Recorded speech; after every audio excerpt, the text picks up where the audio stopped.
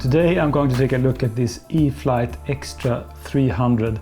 It's a 1.3 meter wingspan RC airplane, a 4-channel RC airplane meant to do aerobatics. It is also really a long one. It's difficult to fit everything in frame, but in a way this might be the largest RC airplane I've flown. Of course I've flown like 1.5 meter wingspan RC airplane like the Mall, for instance, or the Air Tractor, but this one feels bigger, and it is quite a hefty feeling to it as well. I'm not a 3D pilot. I'm not really good at doing aerobatics either. I'm just flying for fun. So this is going to be a challenge to me. So let's go outside then and do a flight on this Extra 300. It's a kind of windy day with mist, clouds, so everything seems to be working. Let's get this one rolling then. It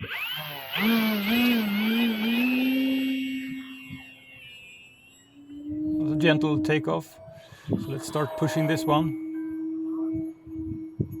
It goes straight as an arrow when you pull full aileron on the stick.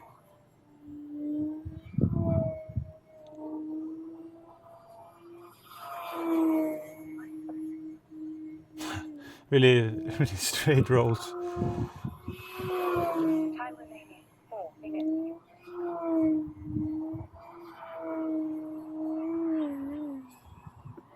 Okay, so that's a bad corner to be in, so let's just get back in front of me.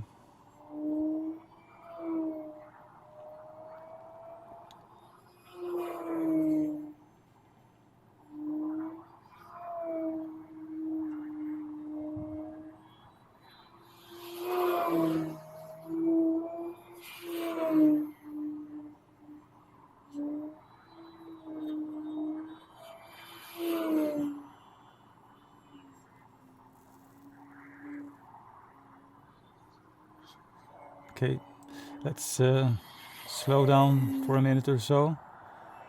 And not flying time on this Extra 300 isn't that great. It's just to let the battery breathe a little bit. Just take it easy. And push it again.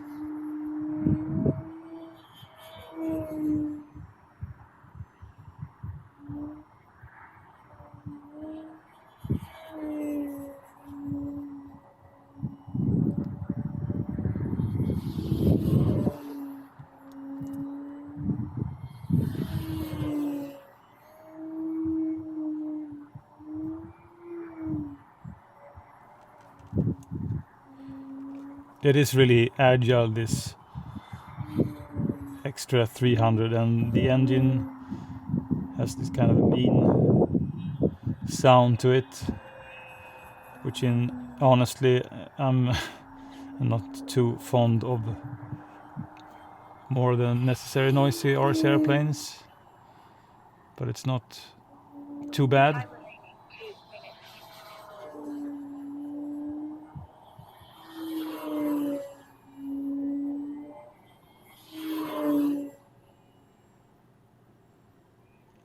So whatever you do, fast or more slower controlled movements, it responds really well.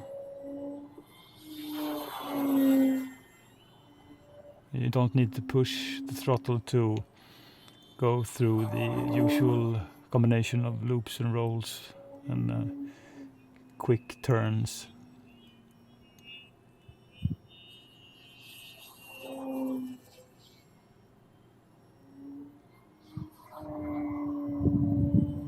So I'm flying this one on a 4S 2200 50C battery, and flight time is set to 5 minutes, which I think is a little bit pushing it. Time remaining 1 minute. So 1 minute left on the timer. It's time to explore some slower flying.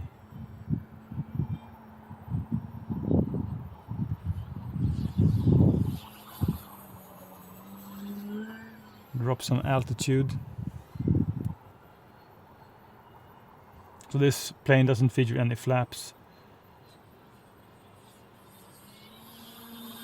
Just have to rely on reducing speed 30 seconds. and create a little bit of drag.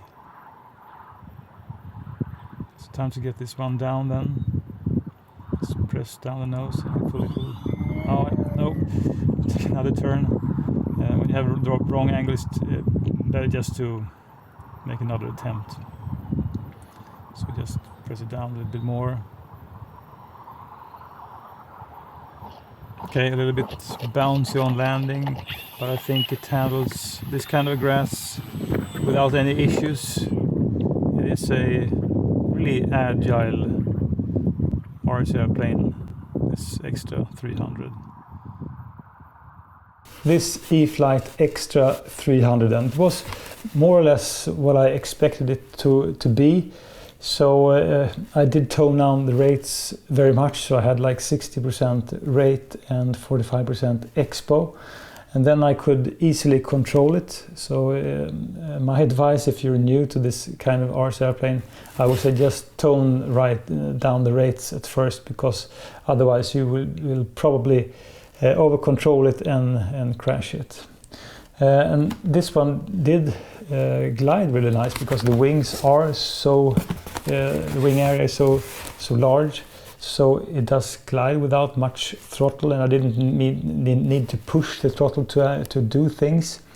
And although when I push the throttle it's really speedy, I know that the flight time on this one is really reduced, so I think the manual suggests something like maybe 3 minutes for a flight.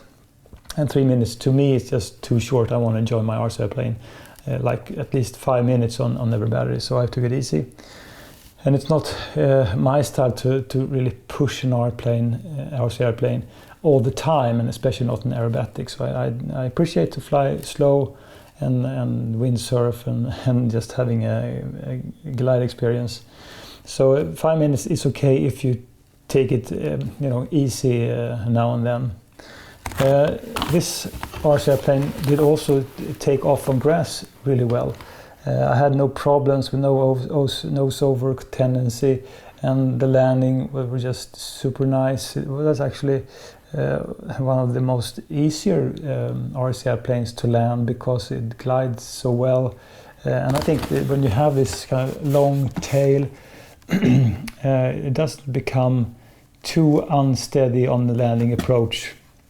Like some planes, when they are too short, they easily just dip to one or the other side. But this one just felt rock steady, so that was super nice. And I think, although this is not the most beautiful RC airplane I have, because it's not, it looks really well in the sky. And the thing is, with this type of RC airplane, with these wings is symmetrical, and they're meant to fly in almost any direction without any difference in flight performance. From a user standpoint, I think they are more difficult to tell orientation than, for instance, high wing or low wing RC airplanes.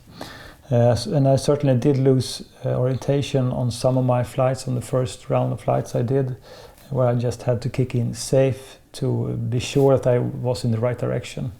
So safe in this one is super important. If you're like me, you're not the best and greatest RC aerobatic pilot, and you fly in bad conditions also. And this flight was done during crazy wind gusts, so of course more difficult. Now I have a few issues with this one. First off, you have to glue in the rudder part on this RC airplane, so this rear part, you have to glue this one in, because it doesn't fit in the box if you have it attached. So I think to have any glue on a modern E-Flite RC airplane is a bad decision, really.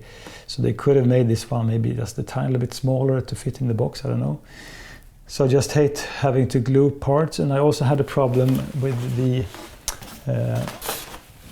elevator, because the elevator contains of two halves, so you push these together and you have a spar inside. and you have screws to secure these halves. And on one side I just couldn't get it to be secured, so in the end I did actually strip out the metal thread part inside one of the halves, and then I started to investigate, and it turns out that there is a plastic piece going through the fuse with holes on each side, and the screw does actually go into this hole, and this plastic piece was misaligned by a few millimeters, so I couldn't get it to fit on one side, and on the other side I couldn't get a snug fit, so the half was pushed all the way in, and then the consequence was I couldn't connect the wing halves, so these both sides would turn. So in the end I ended up just gluing all these pieces together, shoving them in and gluing them, and now I cannot really take it apart, which to me is important, because when I do not fly my RC airplanes I like to tuck them away, because I have so many, and the ones I keep I cannot have them fully assembled all the time. This one has a really good place for the battery, so inside you have, I think you can easily fit like a 3200 milliamp battery, and this one uses an EC3 connector, and one of my projects is I am going to replace the EC inside to have an Avian 60 amp. That will give me full telemetry, which I think is a really great feature on this one, because then you don't have to worry about low voltage. And then during assembly and during binding, you have this bottom hatch as well, held by powerful magnets. So inside you have the AR631 receiver, and there's I think you have like not many parts actually. So you connect the ailerons inside, and then you, if you want to bind this one, you press the bind button during the first boot of the receiver. And of course landing gears, it's held by 4 screws, and these might look a little bit flimsy, but there's a steel pin, and as this one lands really easy so far in my experience, I think that they will hold up just fine. And then you have this really lovely wooden prop. So this is my first wooden prop. I think this one looks much better than usually plastic ones, or the APC branded. So it does also feature 23 gram servo, so there's a lot of torque, which is, as I suppose, needed when you do this kind of crazy maneuvers you can do with this one. I didn't do it, but what you can do. And to just have the RC plane balanced, I more or less just put the battery onto the place where the straps are, and then it just felt right in the air. It wasn't nose heavy or tail heavy. So I mean, this is surely something I have to explore and experiment and learn more, because to me this is a challenge, but something is really needed to take the next step. So that's my thoughts about this E-Flite Extra 300. It's not a beginner RC airplane. It's something you purchase when you want to go the next step in your flying abilities.